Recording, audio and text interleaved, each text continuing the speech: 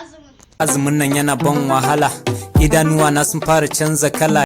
Kai sahur bane? Yau ɗaure na yi saboda na makara. Kai ce ba za ka ce wani abu bane? Iya ba wanda ya kai ni jin azumi. To da me kake lazimi? Da carban hannu ma nake yin lazimi. To ka bari mana. Ya ban balaga ba ma ba sanya ba.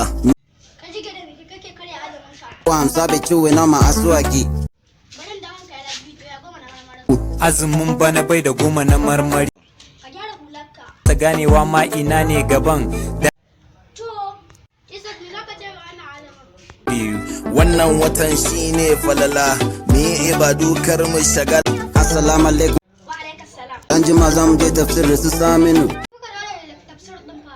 In mun gama muka dawo za su sa kunu. DJ Abi na maka dariya. Inni sa'imu, ya.